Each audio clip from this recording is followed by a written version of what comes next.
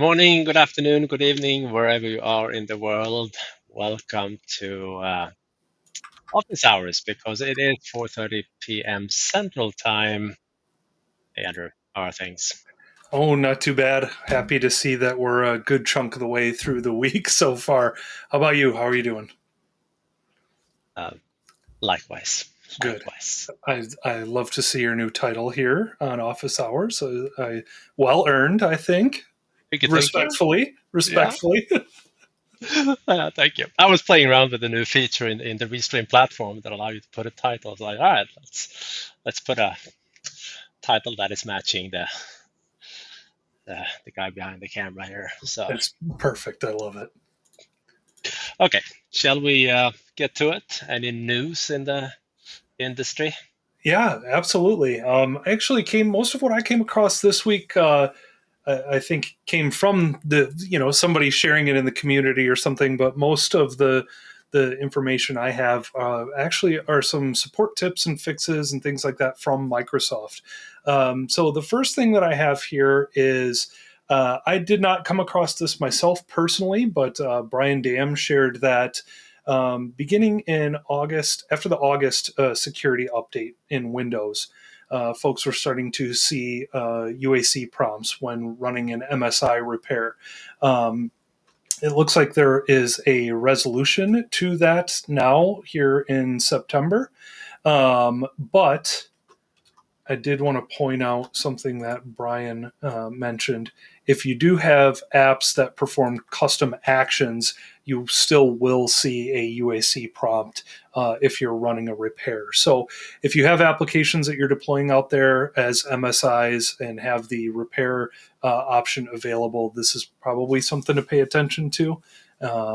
So thank you, Brian. If you see this in the future, for sharing this, I appreciate it.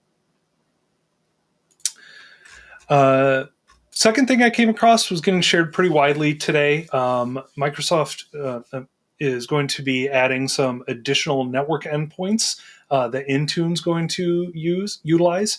These are specifically Azure front door IP addresses to sort of help out with the security and firewall management through Intune. So these new IPs are going to be in place around December 2nd.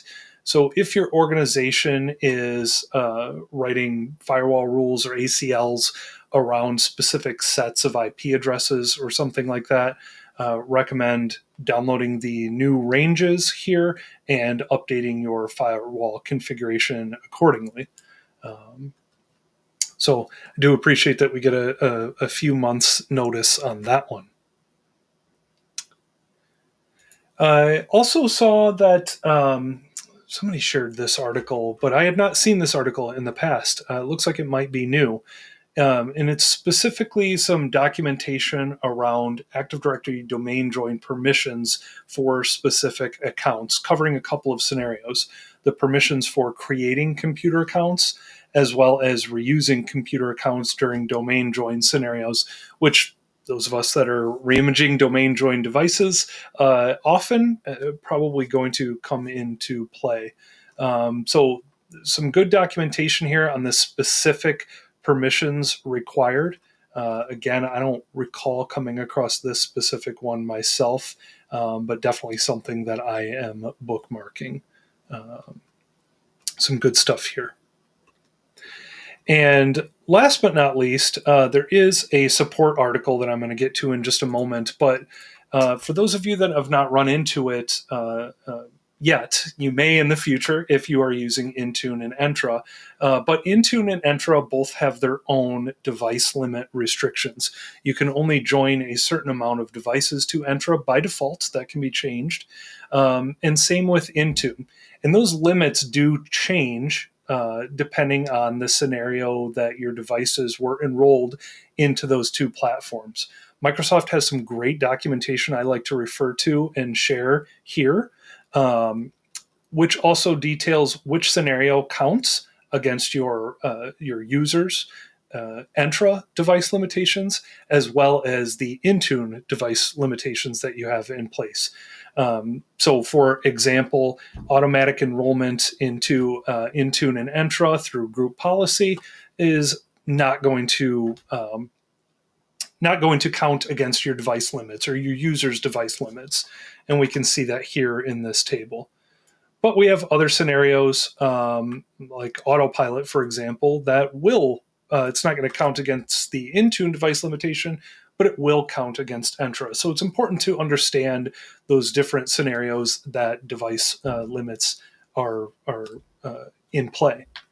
Now, the reason that I bring that up is because Microsoft released an article yesterday around troubleshooting when you do, or when a user reaches that device cap, because this can happen for different scenarios for each different operating system. So they've dropped this down into categories of Android and Android in Intune, Entra device limit on the Windows side, iOS limits.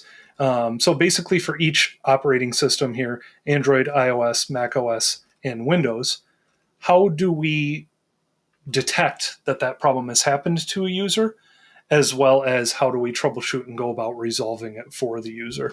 Very useful article here. It talks about the different event IDs that you'll see and troubleshooting that you'll need to do to get that resolved. Fortunately, a lot of the times it is pretty clear. Device cap reached. That's definitely a helpful, useful error code, not the 8004005 error code that we might not want to get some other times. But very useful troubleshooting article here, posted yesterday. So that was what I had today. All right then. I had a couple of things. Let me see if I can share my screen here. All right. Bum, bum, bum, bum. Too many buttons. All right. Like that. And I can get rid of that one. All right. So this is not what I want to share. There was a little troubleshooting exercise I had just here before the call. I totally forgot how to check which target editions you can upgrade a server to one edition to another. So I looked that up, but that was a sidebar. I thought you just had all the DISM commands memorized 100% by now. No.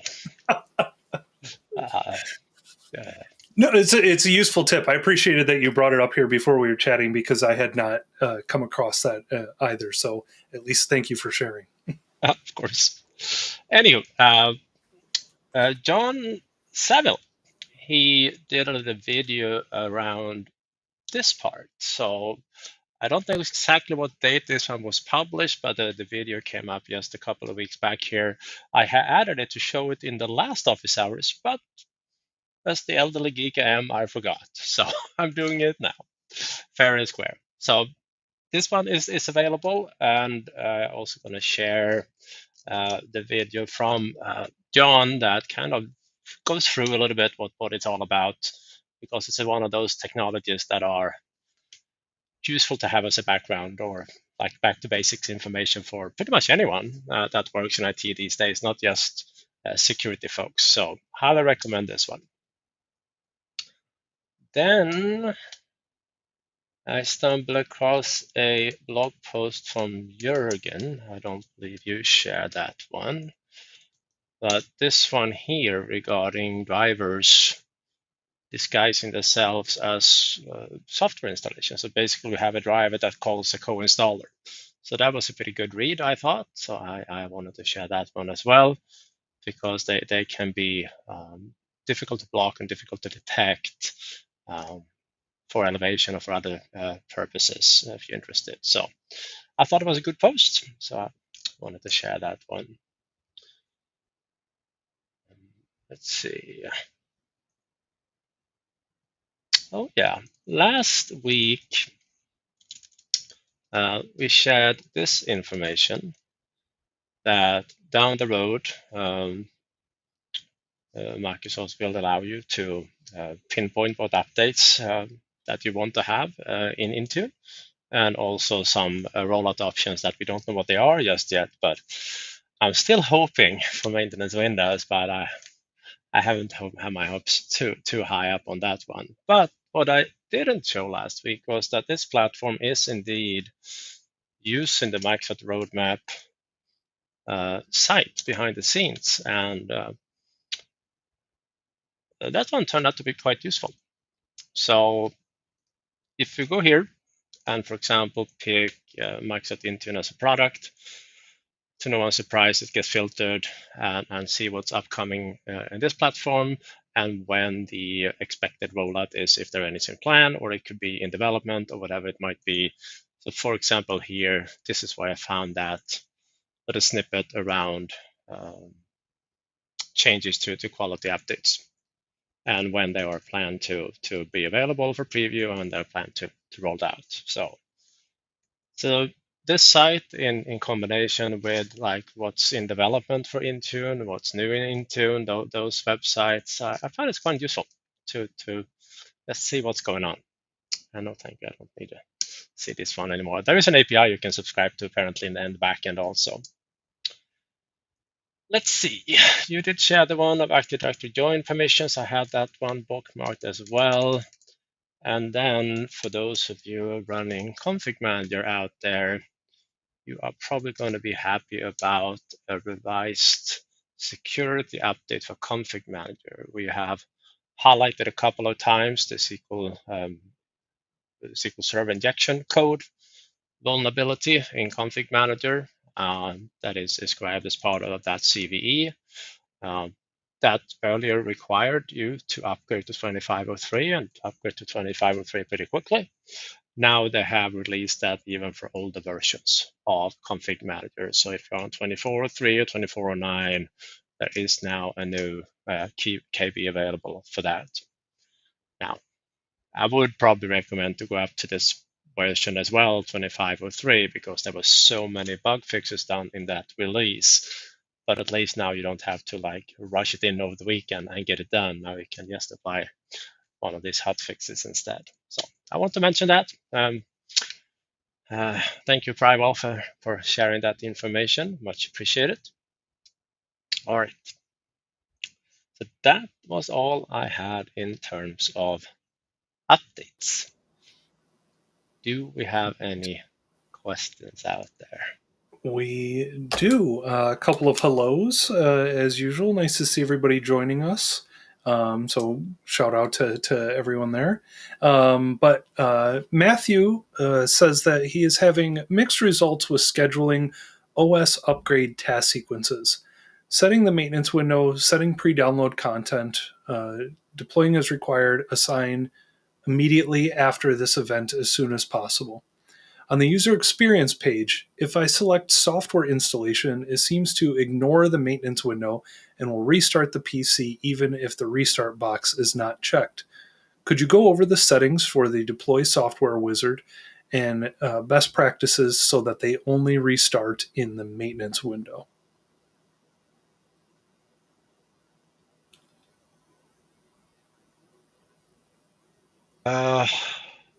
Well, yes. Short answer is yes.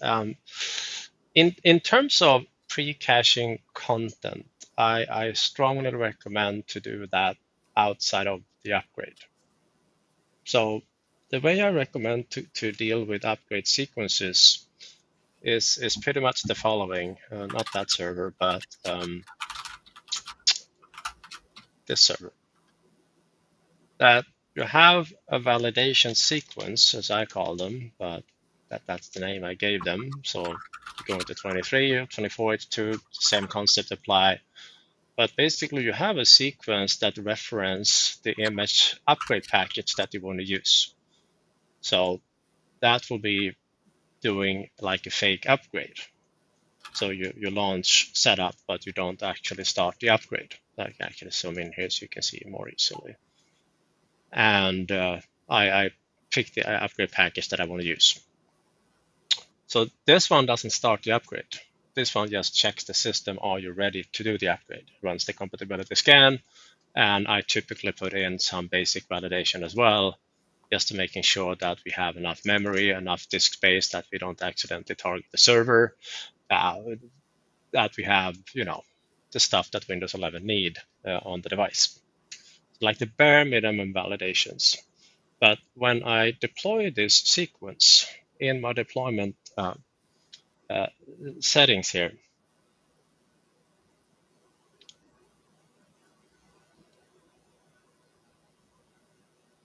if I go to distribution points and select, basically change this is the default to download content on demand, and change it to download before starting the sequence. If you do this, you're forcing the content to go into the ConfigMgr client cache. So when you deploy this one, you deploy it without any progress bar. And this one is typically done for a required deployment. There is usually little need to allow the user to start this one, even though I have organizations that allow users to initiate this part one as well, often in combination with a little toast notification in the taskbar. So you push out this one first, and it serves two purposes: validate stuff and making sure content is in the cache. Because that means when it's time to actually do the upgrade,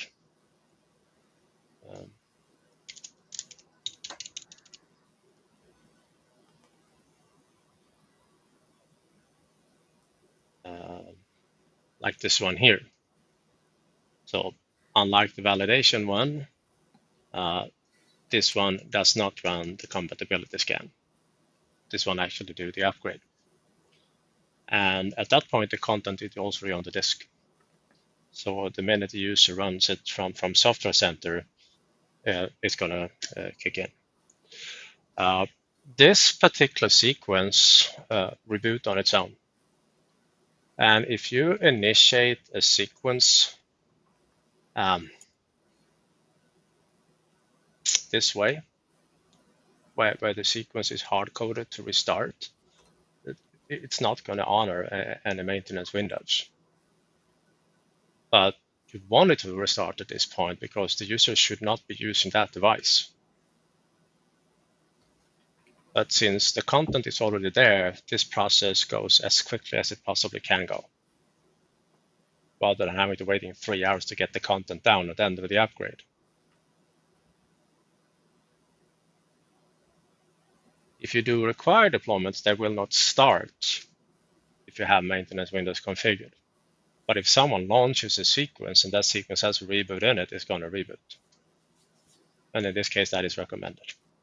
So this would be my recommendation. Split them up in two for two different purposes, and basically tell the users that when you launch this one, it's going to reboot. You can customize those messages a little bit. Not sure if I done it on this one, but yeah, you can put in whatever you need here and say, all right, this will reboot guaranteed. Have some coffee and come back in half an hour. I hope that answered the question. That's a great tip.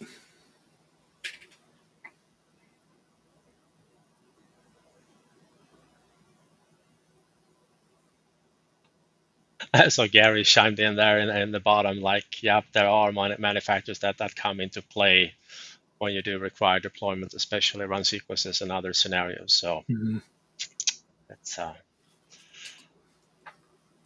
play, test, validate, rinse, repeat a couple of times until you see the behavior that you expect. That's why we have labs. Exactly. And Matthew did follow up. He said, thank you. That should work well. Like to split them up, especially some of these are done over VPN. Absolutely. Yeah, and VPN actually adds a whole nother layer to the mix because most VPN setups, they won't allow the device itself to authenticate. It's something that the user does in Windows. So if I launch an upgrade sequence and it does its thing, it's going to reboot and it's going to want to continue. It can't, because at that point, the VPN tunnel is not yet established yet. So if you have a cloud management gateway, then it can find the sequence and do it completely without VPN at all. But otherwise, you're often better off not using sequences.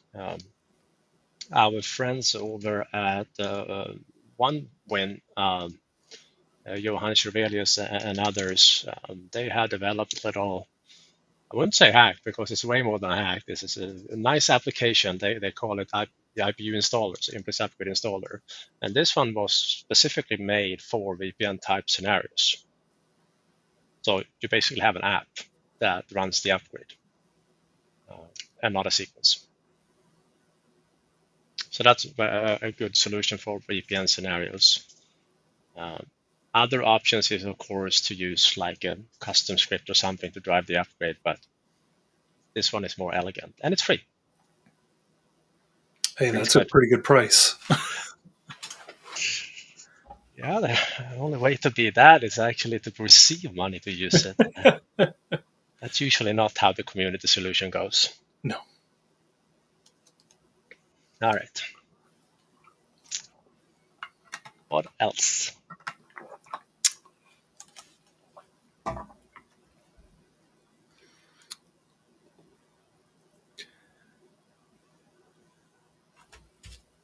I don't know if he's joining us today, but I did hear from our friend Zach. We talked a little bit about how to do feature updates in Intune last week. And he did let me know that targeting a required feature update deployment for 23H2 to his 23H2 devices did lock them to that version. And then creating a 24H2 deployment to a group and excluding that group from the 23H2 deployment did end up offering 24H2 to those devices. So I just wanted to call that out. I appreciated Zach confirming that. Perfect. And you better show that because I had no idea what you just said. It was he ended up messaging it to me on Twitter, but I can show, I think, let me see if I've got something to show here. It's a lot of H2s and 23s and 24s in there, right? Yeah. Let me see here. You just want an update policy? I have one I can show. I was going to show, yeah, I think I can show mine here. All right. If you want to share my screen. Yes, sir, I do. Because then I can sit back, relax, and have some coffee. That's right. That's how we do things. All right. So here I have a feature update policy that is targeting 23H2 on a group called SG for Security Group Windows 11 23H2 Upgrade. I could call that 23H2 Upgrade. I could call it 23H2 Devices. And the point of that is that any device that's a member of this group is going to be locked at 23H2, or looking at it another way, 24H2 or 25H2 in the coming months will not be offered to those devices if this is the only feature update policy they have. Now, if I have devices that I now want to upgrade to 24H2, what I could do is take this group name and we could create a new group here. We'll just call it Windows 11 24H2 Upgrade. We won't give it any members because I don't want to start targeting feature updates right now, but whatever devices we put in that group, we can head back over to our feature update policies here. And what I would normally do is in my 23H2 feature update policy, I would exclude that 24H2 group. Oh, see, I already did have one. Smart. Thanks, past Andrew.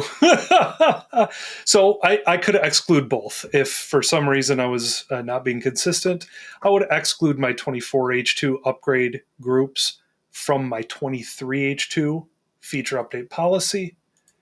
And then I would simply go to my 24H2 feature update policy and include the devices or the groups that I want 24H2 to be offered to. And so this has worked well for me through a couple of feature updates at this point. And Zach had asked about it, I think, last week, and he was just confirming that that it did work for him in his organization. Ah, he is here. Excellent.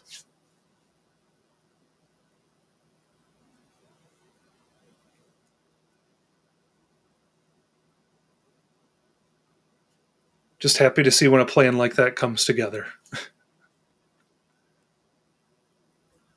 Oh, are you talking? Are you I muted? was talking, but I was mute because I was having coffee. But it's a good join. Fantastic. And I love how the community comes together to share information like this. Awesome. And on that particular note, Michael Leary also shared this fantastic tip regarding notification. We have showcased this a couple of times, but since it was mentioned, I'd like to bring it up because it is a good solution. And we did have a customer who used that even for their validation sequence because they wanted to allow the users to they were on poor links in general, so it took a while to download the content. So they wanted the user to be able to initiate that at lunch, so it was ready by the time they went home. So if I steal the screen back here and head over to Mr. Martin's blog, this one here. This is just a very elegant way. This is just a PowerShell script that shows this information, and you can customize this heavily to either have a reboot or an upgrade or whatever it is that you want to prompt the information or prompt the user for. And you can put this on a schedule to run every 2 hours if you really want to nudge the users, or maybe more frequently once a day until they actually click the button and do something. So this one I've used a couple of times, and it's a really elegant solution. And Martin has been updating it a good number of times throughout the years here. So elegant solution, I have to say. So thank you, Michael. Appreciate for sharing. Very nice. All right. What else? So we've got a question here. I'm puzzled why the change button for location services is grayed out in setting soon after Intune enrollment. Is this by design and left to only on and off using a config profile?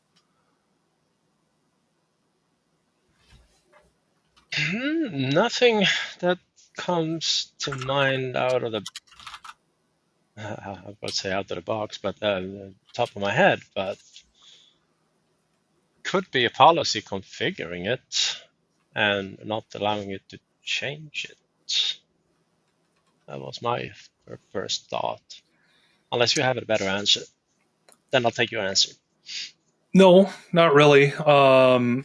Just one of those policies to check if that is the case is if you do have security baselines that are applied, that could be changing things. When I have something like that happening that seems out of the ordinary, I try to focus on sort of those foundational policies that I may not always pay attention to. But otherwise, my answer is the same. Can't think of anything doing it by default. So our best answer right now is there's probably a policy configuring this. So review that first. All right. I see Zach had a follow-up comment here that he excluded a dynamic Entra ID group targeting 24H2 devices from 23H2 deployment. Very good idea.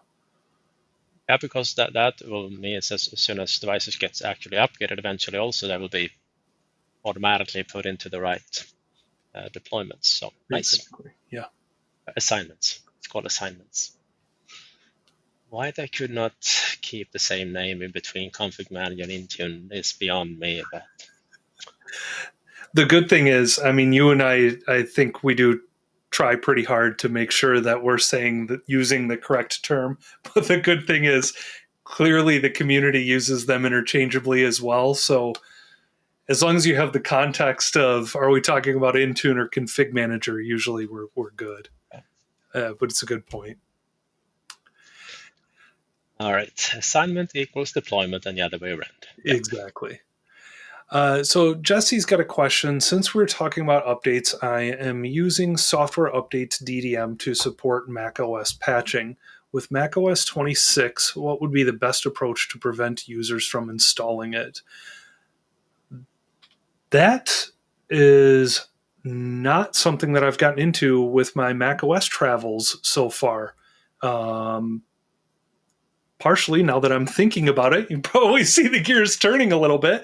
This is the first major macOS upgrade since I had my Mac. And you know what that means, Johan? Homework. Homework for Android, more specifically. Exactly. So, sorry, Jesse, I don't have an answer for you right now. If anybody else in the chat does, please share. But I will look into that.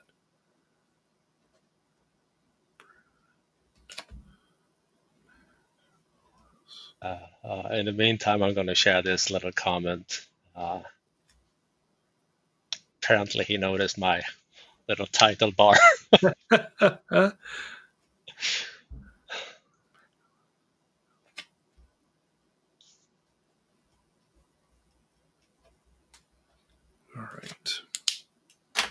right. It does remind me of an episode from this week. There is a famous saying that it's better to keep your mouth quiet and allow people to think you're stupid than to open it and remove any doubt about it whatsoever. I was in Walgreens picking up some medicine, as you do when you get older, and I have to show my type in my phone number and provide my date of birth. And the lady just looked at me like, yeah, I'm old as heck. And she's like, watch your mouth. I'm born 2 years older than you were. It's like, yep, sorry. Apologize. Should have done the right thing in that moment. They just zip it. So anyhow. That's good advice. They say wisdom comes with age. I'm not so sure that's always the case. Mike said it's not the years, it's the mileage. Fair and square. That's a good one. I like that one. Oh gosh. No, that's not true, Mike. I know Mike said it's not looking good for me either. No. You gentlemen are looking quite young and spry, I must say. There you go. That's right.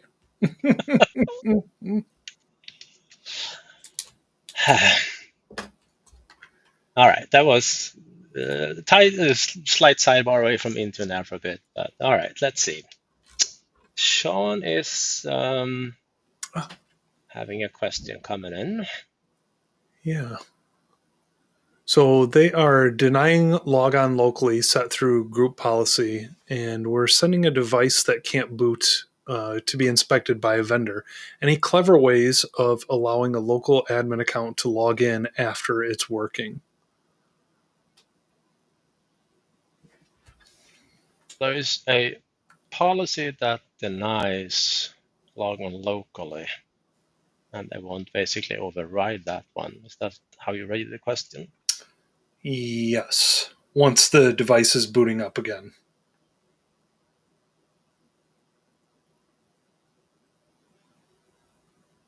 I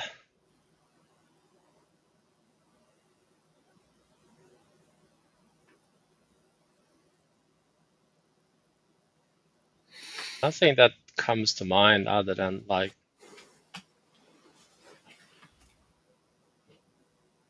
it's not BitLocker to boot up in WinP or something and change that if it's possible. Yeah, could see that.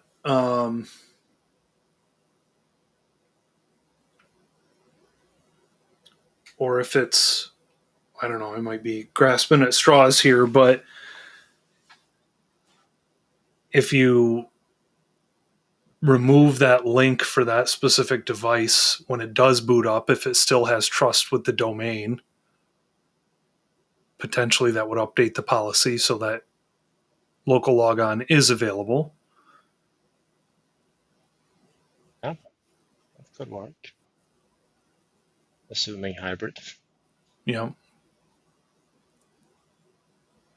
No, it's not something I've tried. I definitely stumbled across in our testing, especially when we were testing out the CIS benchmarks, that I a couple of times added a few users too many to a group, so I couldn't log on to the devices anymore.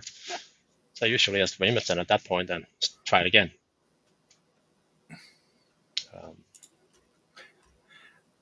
Everyone has a lockout story.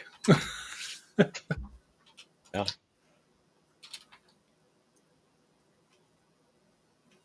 No, unfortunately not.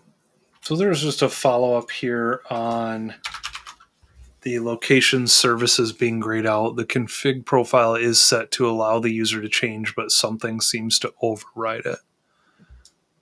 Let's see if I can log into a device and see the same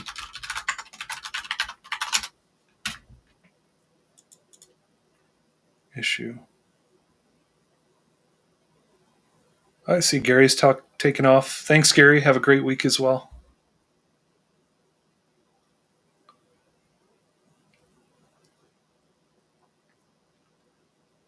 I don't have anything to share on my screen at the moment, but I'm logging into a device just to see if I see the same thing with location services on a 24H2 device, I believe I'm logging into right now.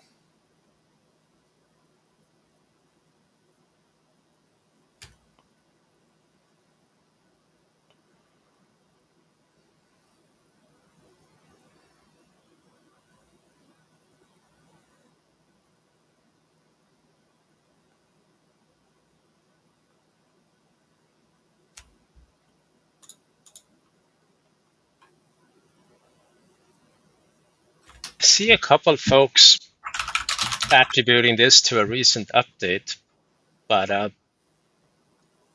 beats me. How about our guest policy?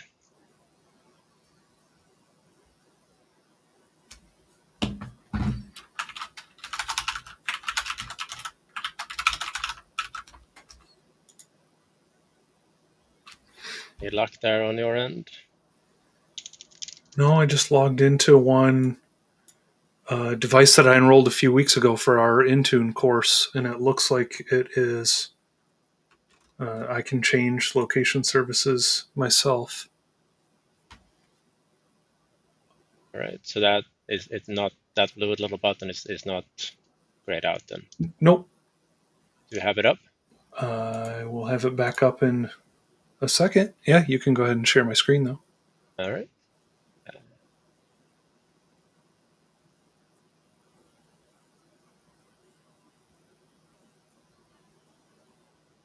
So this is an enrolled device. Yes. Yep. Yeah. So my bet is either there was an update causing this, or most likely that there is a policy that configures it.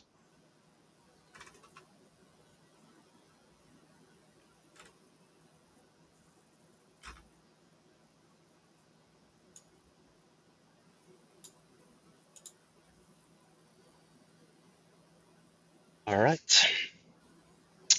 Any other questions?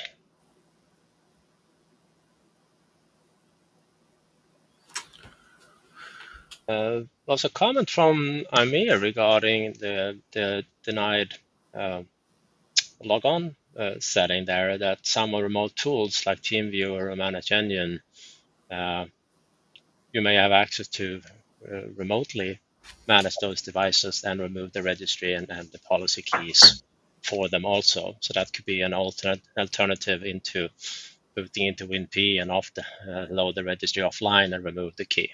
Yeah. call. Thank you.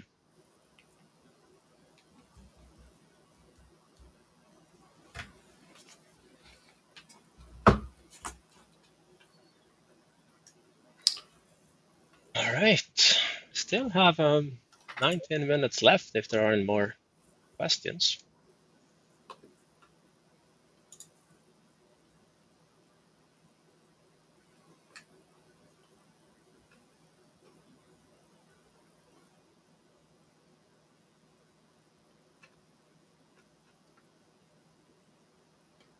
Still trying to track down any additional suggestions on the location services thing. I think I've come across mostly what you've probably found too, Johan, is there are other folks that experience this, but it seems like a lot of the responses I see are also it is likely a policy somewhere. Just hoping I'd find us something specific. All right then. Well, since there are no more questions,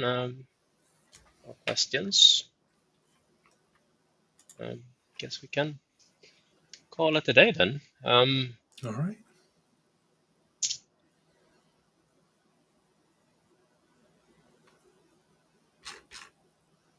Thank you everyone for joining today, and thank you for the good teamwork here in the chat from the community. And thank you, Andrew. I hope to see you guys next week. Thank you so much. Thanks, Johan. Thank you, everybody.